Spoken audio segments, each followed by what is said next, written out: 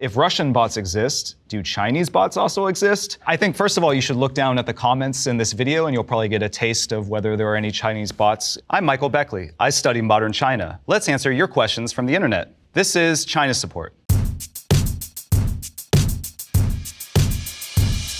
S. Sheepherder wants to know, what do Westerners get wrong about China? Well, China's really big. There's 19 countries around China. And so that big military that China has is spread quite thin, having to defend all of China's borders. Or the big economy. You have to feed one of the largest populations on the planet. You have to maintain control over those people. That all drains resources from the country and means just that it's much more complicated to analyze China. You have both a lot of assets, but also a lot of liabilities.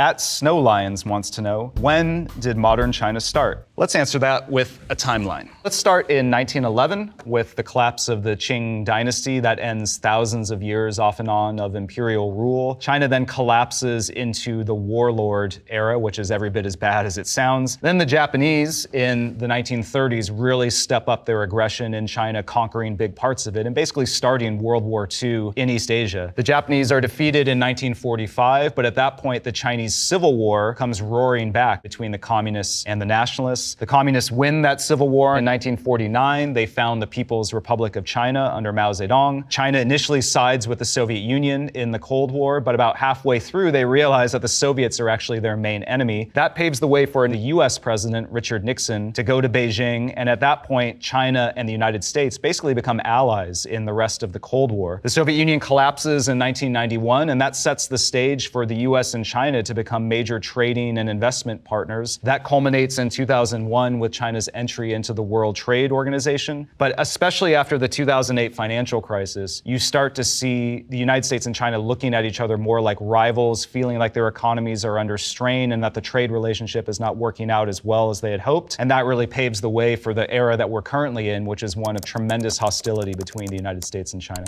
Hecubus asks, why would China even want to invade Taiwan? So first of all, Taiwan is the seat of a rival Chinese government that is democratic, essentially tied security-wise to the United States. And so if you're the Chinese Communist Party and you insist that this is all your territory, you can't have this renegade regime going in a different direction. Taiwan is where the nationalists fled to when they lost the Chinese Civil War. So they want to finish that job. It's smack dab at the epicenter of the East China Sea and the South China Sea, where about half of world trade flows through. So this is probably pound for pound the most strategic, important waterway on the planet. And Taiwan itself is, you can see, the center cork of what the Chinese call the first island chain in East Asia. That runs from Korea and the Japanese islands down through the Philippines. These are all American allies. They host American troops. China has no California. It has no West Coast. Its only coast is completely hemmed in by rival powers that are allied with the United States. Smashing Taiwan and taking it over would give China an unsinkable aircraft carrier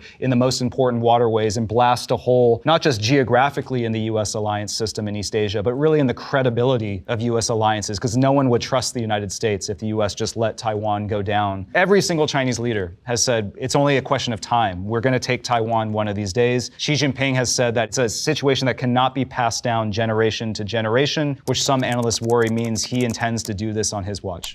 BW asks, is there something America can learn from China? Is there something that they're doing right? China is really good at mobilizing resources for national missions. For example, China has installed more solar and wind power than any other country. China is the world's largest trade power in the world and has forged trade relationships with a majority of the world's countries. And China has built infrastructure faster and on greater scale than any country in human history. And just the miraculous development of bringing hundreds of millions of people from living on less than $2 a day to average disposable incomes of $5,000 to $10,000 a year, that is a tremendous, almost miraculous undertaking that China has been able to pull off. And I think that only comes from having a sense of national unity and a willingness to pool resources for national purposes. The United States It's a dynamic, open, decentralized system, but the downside is it also generally does not mobilize its resources on a national scale and unify unless it's really confronted with a crisis like a global war or a depression. So there are areas of the United States that are neglected in terms of infrastructure. There are neighborhoods that could be built up. There are education systems that are failing. And so that type of rallying resources and coming together is something that the US, I think, could look to China. But obviously, you don't want to go too far because part of what allows China to do that is just a lack of civil and political rights for the Chinese people. At Great Historian asks, who is winning the current trade war between America and China? China is very much an investment and export-driven economy. This trade war is really bad for a lot of those major export industries. There's been lots of closures, especially in eastern China. There's been mass layoffs, even just in the short time that this trade war has been going on. Now, on the American side, the consumer market is roughly 3 times the size of China's. So consumers are the ones who are being hurt by this trade war because they're going to have to pay higher prices for goods that were manufactured in China. Xi Jinping cares a lot less about GDP growth. He cares about power and about developing self-reliant, strong industries. And if this trade war enables China to decouple and reduce its dependence on the West, I think he counts that as a win, even if it crimps economic growth in the short term. And for the United States under the Trump administration, they similarly want to decouple from China because they view it as a national security threat. I see these two countries as having a distinct interest in trying to get away from each other economically. These dependencies, they both seem to want to push those away. Chase the Taco. Serious question. Is China truly a communist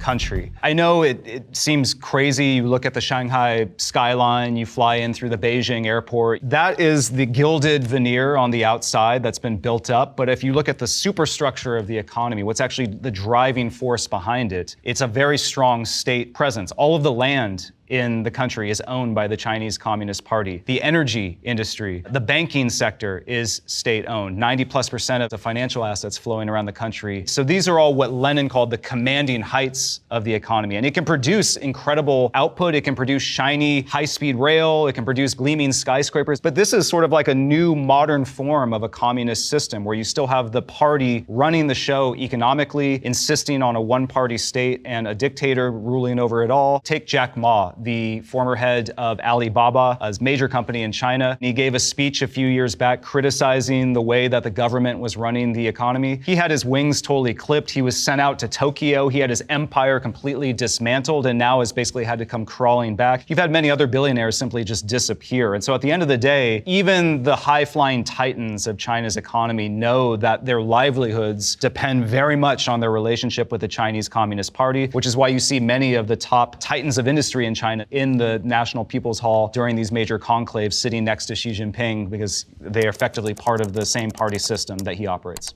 Dizzy Major 5 wants to know, what do the Chinese people think of Mao Zedong? Is he considered good or bad? The standard answer taught in Chinese schools is that he was 70% right, but 30% wrong. Here's Mao as a young revolutionary. He was a journalist for a long time. He actually wrote a whole pamphlet in 1940 about democracy and freedom in China. Of course, once he becomes Chairman Mao, a lot of that stuff goes away. The 70% right was he unified the country, which had been ripped apart by decades of civil war. He instituted a mass education campaign because he wanted to lift China up, so that led to widespread literacy. He wanted women to be active participants in the labor force. Now, in terms of the bad, his so-called Great Leap Forward, which was this scheme to turn China into a superpower in just a few years, took millions of peasants off of their farms, put them in communes, had them melt down their pots and pans. As a result, the food supply ran out and 45 million people starved to death or were beaten or shot along the way. And then in order to insulate and protect himself, he then launched the Cultural Revolution, where he basically turned the Chinese people on the Communist Party to purge many of his rivals. That probably killed another 1 million to 2 million people. So ruthless,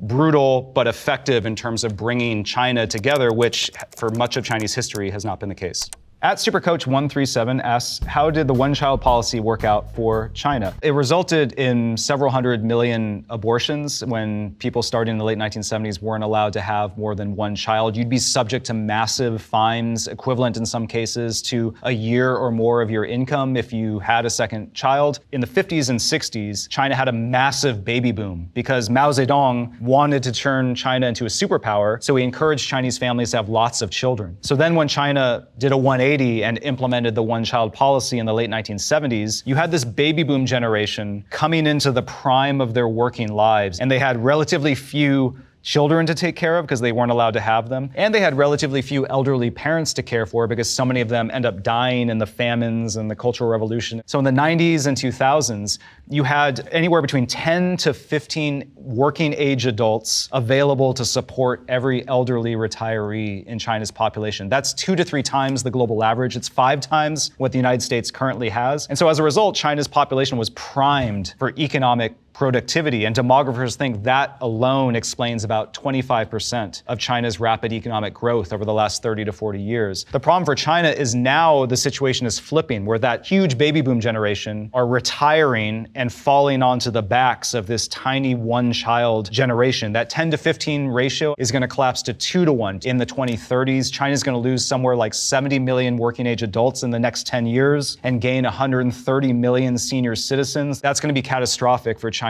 fiscal balance, for its economic productivity. At right side of MB says, Siri, what are Chinese ghost cities? Ghost cities refer to entire apartment complexes, airports, shopping malls that are either mostly or entirely empty. And it's a result of China's economic model, which is very much about collecting the resources of the Chinese people under the state and then plowing them into certain industries, including into the real estate sector. It works really well for an authoritarian government because it's easy to pay off cronies who own the companies that are doing all of the building. The problem is it runs amok. These companies, they're getting paid whether the apartments are occupied or not. So they build a bunch of stuff, but then people aren't moving into them. And now that China's population is declining, there is going to be ever lowering demand for a lot of this base infrastructure. Mehmet Topal wants to know, how much power does Xi Jinping hold personally? Is he an absolutist like Louis XIV or like Stalin? I'm going to reserve a certain category for divine right monarchs like Louis XIV and distinguish that from Xi Jinping. So Xi Jinping is probably the most powerful leader since Mao Zedong. He's made himself president of everything for life, but at the end of the day, he's one guy. And so his ability to pay attention to everything that's going on in his vast, sprawling country is inherently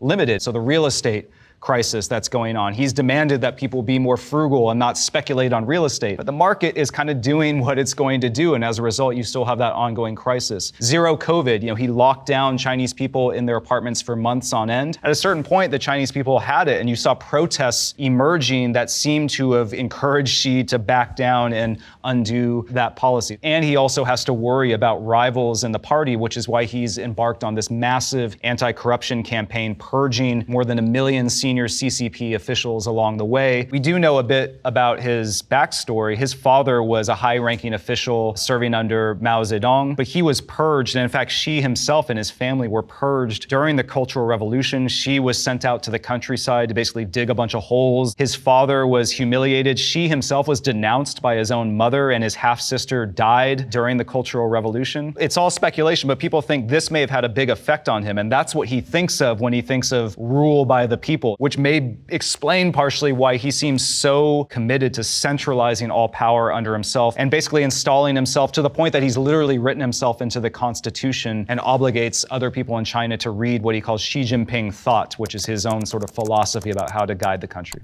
At Nick Moneypenny wants to know, what was China's ultimate role in the COVID-19 pandemic? We don't know for sure, because China, the government has gone to extraordinary lengths to cover up how COVID emerged and details about the virus. We know that in late 2019, they basically got rid of a lot of their virus samples that were related to coronaviruses. They floated conspiracy theories that the virus actually came to China from frozen food that was imported from outside of the country. And they didn't really allow international inspectors until very late. And even then, when the WHO came to try to figure out where the virus came from, it was a highly scripted, almost sort of like North Korean tour around the facilities. And as a result, we just don't know where it came from. The two major theories are that it either emerged from this wet market in Wuhan because of the animals that were being eaten and slaughtered there. The other major theory is that it emerged from the Wuhan Institute of Virology, which is China's premier place for studying coronaviruses. And we know know the virus itself has certain features that you really only see if it's been modified in a lab rather than naturally. The bottom line is we don't know, but there's a lot of circumstantial evidence that it was done in this lab, which is a center of not just Chinese research, but of a multinational research attempt to analyze coronaviruses. At Jerry Dunleavy asks, whatever happened to Tank Man, and how many people did the Chinese Communist Party murder at Tiananmen Square? So what Jerry is referring to is that famous image of a man standing in front of several tanks that are rolling into Tiananmen Square to run over demonstrators, mainly students that were protesting there in 1989. We have no idea what happened to Tank Man. He's never been heard of since. It wasn't just a crackdown in Beijing and Tiananmen Square. There were massive protests in basically every provincial capital around China. More than 80 cities had mass demonstrations that were then forcibly put down. According to the party, roughly 200 to 300 people were killed, but most Western estimates suggest it was 10 times that amount. The way that the Tiananmen Square protests are often portrayed is as a pro-democracy demonstration by the Chinese people, and certainly there were elements of that. A lot of the students in Tiananmen Square were calling for more democratic governance. They built a giant replica of the Statue of Liberty in the middle of Tiananmen Square. But really the crisis starts, and the reason why it spreads across the country was economic. There was massive inflation. This led to massive demonstrations. A lot of people weren't being paid for jobs that they were employed to do by the state. And also keep in mind that communist regimes were starting to crumble, especially across Eastern Europe. So the tail end of the Cold War and this belief that the legitimacy, the functioning of a communist system is under question and led to mass demonstrations and even a split among the elites in the Chinese Communist Party. Since then, now the Communist Party is very much, we have to stay together. We either stay together or we hang separately. I think that informs a lot of the emphasis on repression put on in China today. Milton Merlo XD wants to know, how does censorship work in China? So there's an actual propaganda department, that's what it's called in China. They set guidelines about what is allowed to be said and what is not allowed to be said. It's all pretty predictable, criticizing the Chinese Communist Party, promoting democracy, Western liberal methods are all kind of looked down upon and squelched. What the regime then does is they have this vast, great firewall to control the internet, where they use a combination of artificial intelligence and then hundreds of thousands of people that are actually working to monitor China's internet, which is partially sealed off. What the censors really go after is not so much people going off and mouthing criticism about the leader, but much more about trying to organize politically, whether it's a house church or student group or anything where you get people together who can then talk and then rally and potentially grow their numbers. That looks too much like the start of an alternative political party. And the Chinese Communist Party says, no, we have a monopoly on power. We're the only political party that's allowed to be had in this system,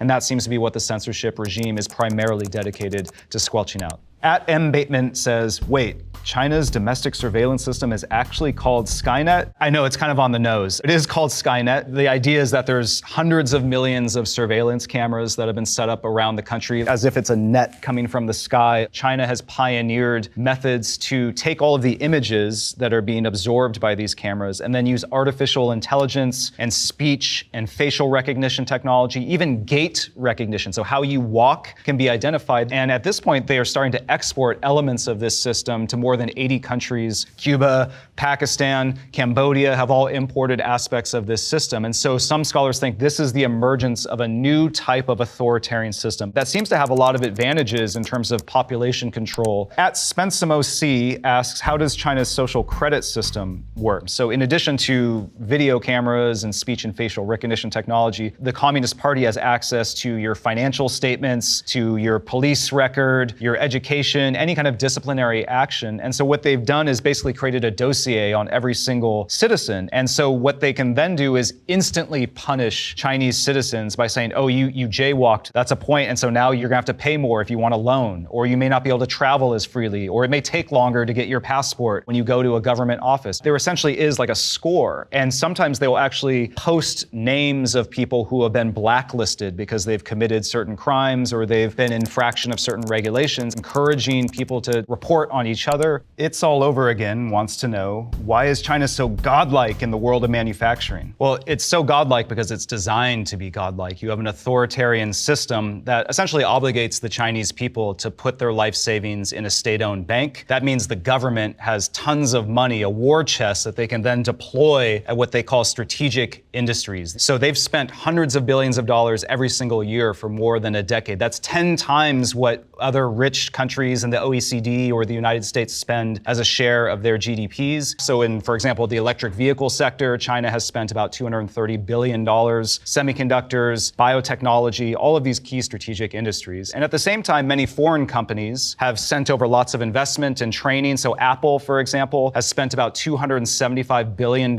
in investment in China. That's more than the Marshall Plan that the United States used to help Europe recover from World War II. Apple also trained millions of Chinese workers, 28 million, which is more than the labor force of California. And also a lot of this is determined by their geography. China has a long coastline right in the heart of East Asia, which is the most economically dynamic region in the world. So many of the world's supply chains flow through these waters. In the 1970s and early 1980s, you had China setting up what they called special economic zones, especially in the southeast, in places like Shenzhen, as well as in Fujian province. In some industries, whether it's electric vehicles or in rare earths, China currently produces anywhere between 60 to 90% of the global market. And now China has ports lining up and down its coastline that serve as export platforms essentially for the rest of the world. In addition, China has extremely low labor costs because several hundred million people from the poorer provinces in the West, they move to the richer East Coast provinces to work in factories for very low wages, but that provides essentially a bottomless source of cheap but effective labor for China's manufacturing juggernaut.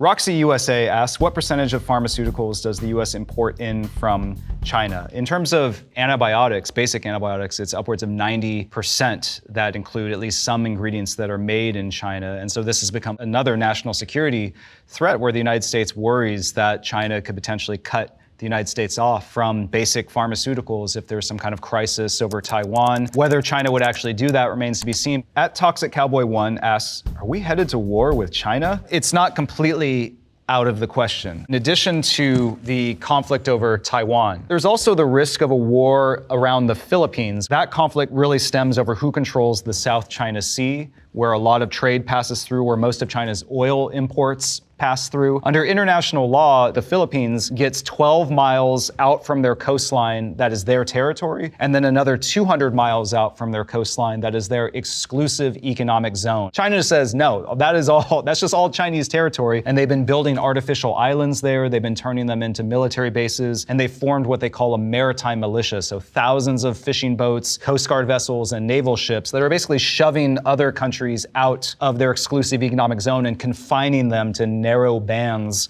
along their own coastlines. The Philippines took China to court in 2016, the World Court, which ruled that China's historical claims to the South China Sea are null and void. And in recent years, China's really been turning the screw on the Philippines. One, I think, to invalidate that ruling and shatter its credibility. But second, because the Philippines has started opening up new military bases for the United States because they say, we need some protection from China so that we can have access to our territorial waters in our exclusive economic zone. The Chinese have a saying, you should kill a chicken to scare the monkeys, meaning you should make a bloody example out of a relatively weak adversary to send a message to the more powerful ones. The Philippines have very little offensive air or naval capability, so you just have to worry that Chinese would look at them as a very juicy target. Weak, but symbolically important. At Adam Check asks, is TikTok just a China app to make Americans do dumb stuff to get likes and views and keep us distracted while they take over? The Chinese version of TikTok, you're only allowed to use it for 15 minutes to an hour or so, depending on your age and status. And they also try to insert educational, wholesome content in addition to all the fun cat videos and everything else that people are watching. So I think the Chinese know that this system is maybe not the best thing that kids should be spending all day on. TikTok is owned by ByteDance, a Chinese company. Under Chinese law, ByteDance is required to hand over data to Beijing whenever and in however much it wants it. It's like putting a Chinese spy balloon in your cell phone with your biometric data, everything you've liked and disliked. There's been studies done suggesting that the algorithm in TikTok in the American version was promoting certain views, like after the October 7th massacre in Israel, more pro-Hamas views were being amplified or pro-Russian views on the Ukraine conflict. At NOYK1847 asks, if Russian bots exist, do Chinese bots also exist? I think, first of all, you should look down at the comments in this video and you'll probably get a taste of whether there are any Chinese bots. China, it's been well documented, uses both bots as well as what is called a 50-cent army. Basically, it's a bunch of mainly kids and young adults who are paid 50 Chinese cents per internet post that they make to destroy, undermine the credibility of messages that maybe cut against the Chinese Communist Party. It's reported there's probably several 100,000 people that are essentially employed as internet trolls by the Chinese Communist Party, in addition to obviously using artificial intelligence and bots.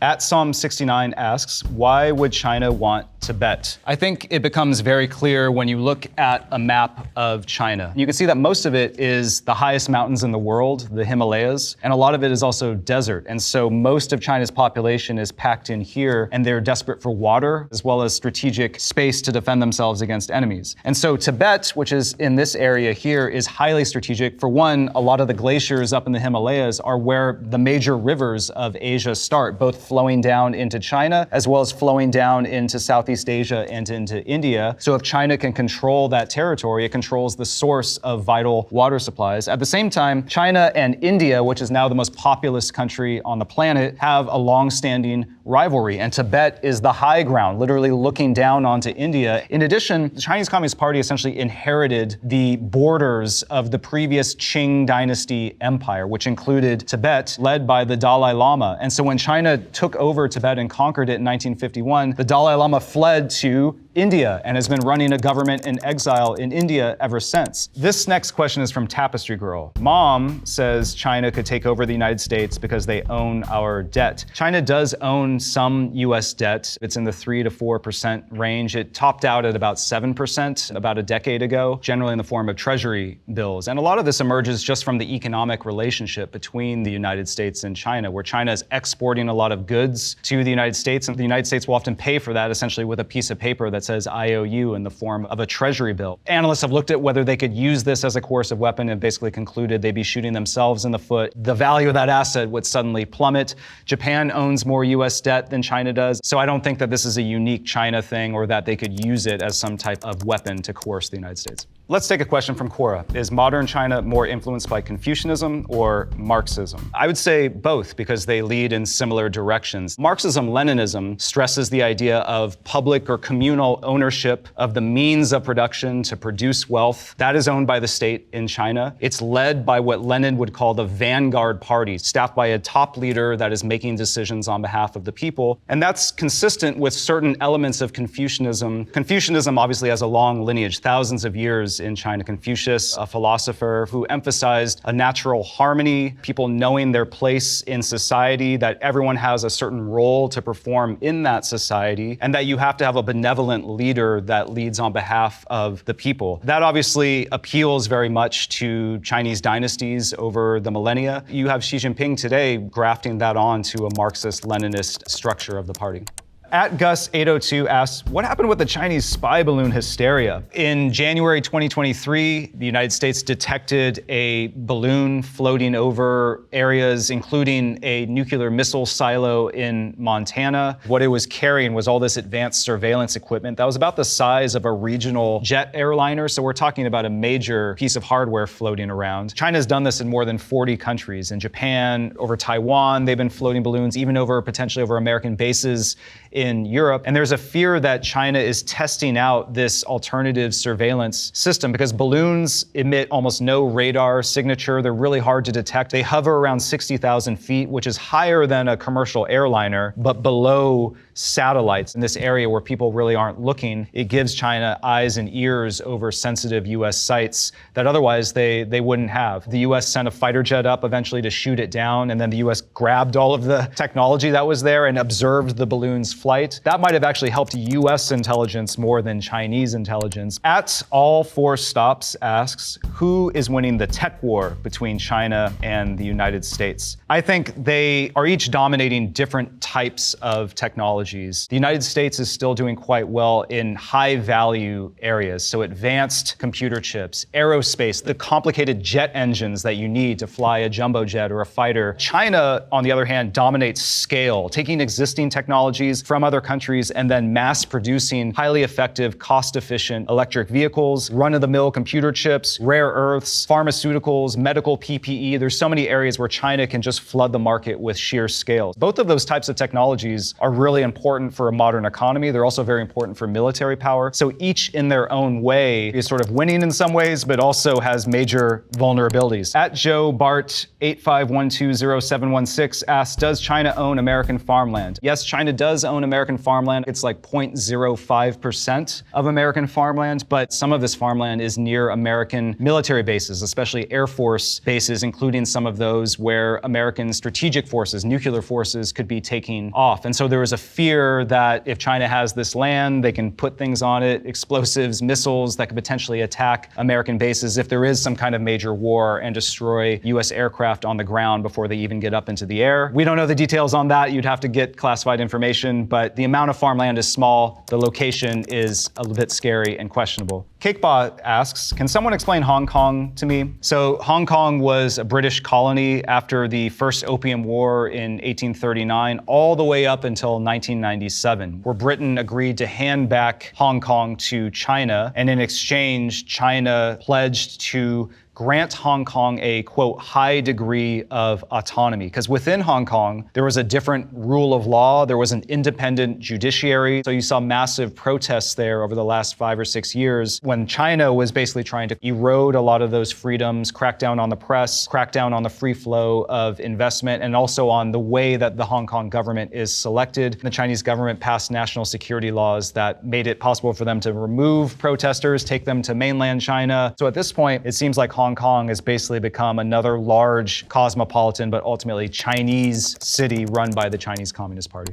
Iron Lover 64 asks, how does the quality of life for the low class in China compare to that of the United States, let's say in a red state? So why don't we compare the poorest of the poor in China to, say, average wages in Mississippi, which is the poorest state. For China, roughly half the country is living on something like $5 to $10 a day. In Mississippi, that's going to be 3 to 4 times that amount. There's a lot more obesity in a place like Mississippi than there is in China. On the other hand, in rural China, you have a severe problem of malnourishment and rudimentary healthcare. Researchers at Stanford went out and they found that roughly a third of rural children, their IQs are around 90, which is really low because of malnutrition from a young age, a lack of education. The average education level is about an 8th grade or 7th grade level in rural China because high school costs money. And so a lot of Chinese families, their kids will just drop out of school. And the other issue is that your citizenship in China is tied to your locality. And so if mom and dad go to an eastern rich coastal province to work in a factory, they can't bring their kids with them because they won't be allowed to go to school. So they're just sending money back and maybe only seeing their kids a few times or maybe only once a year. So just in terms of the basic healthcare and education level, and then just in terms of the amount of wealth that someone in Mississippi might have versus someone in poor rural China,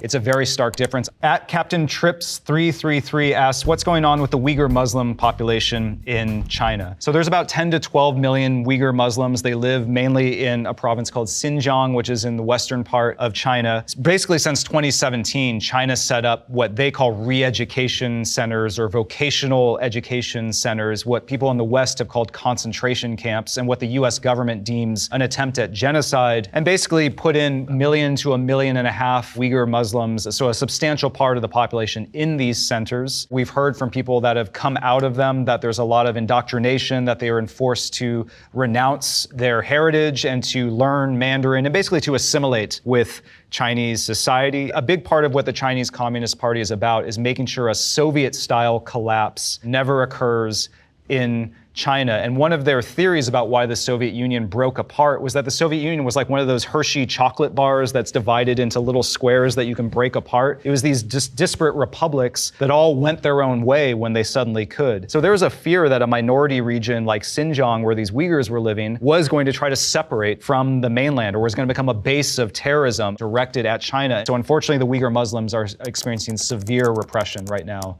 under the Chinese Communist Party. Lo Farafale asks, does China support or promote communism around the world? I don't think China is promoting communism anymore the way that the Soviet Union used to bankroll revolutionary movements. They have engaged in this Belt and Road initiative where they've loaned out more than $1 trillion to more than 100 different countries, mainly so that those countries can employ Chinese companies to build infrastructure on their territory. So whether that's building ports or roads or soccer stadiums or what the Chinese call smart city systems. There's a port in Greece, for example, that is highly profitable. It's an important, valuable piece of infrastructure that China helped fund and build. 1 out of every 3 infrastructure projects in sub-Saharan Africa over the last 20 years has been built partially or entirely by Chinese companies. So you see a massive spread of infrastructure. And part of the reason really stems from the 2008 financial crisis and the resulting trade protectionism that was emerging, backlash against Chinese products.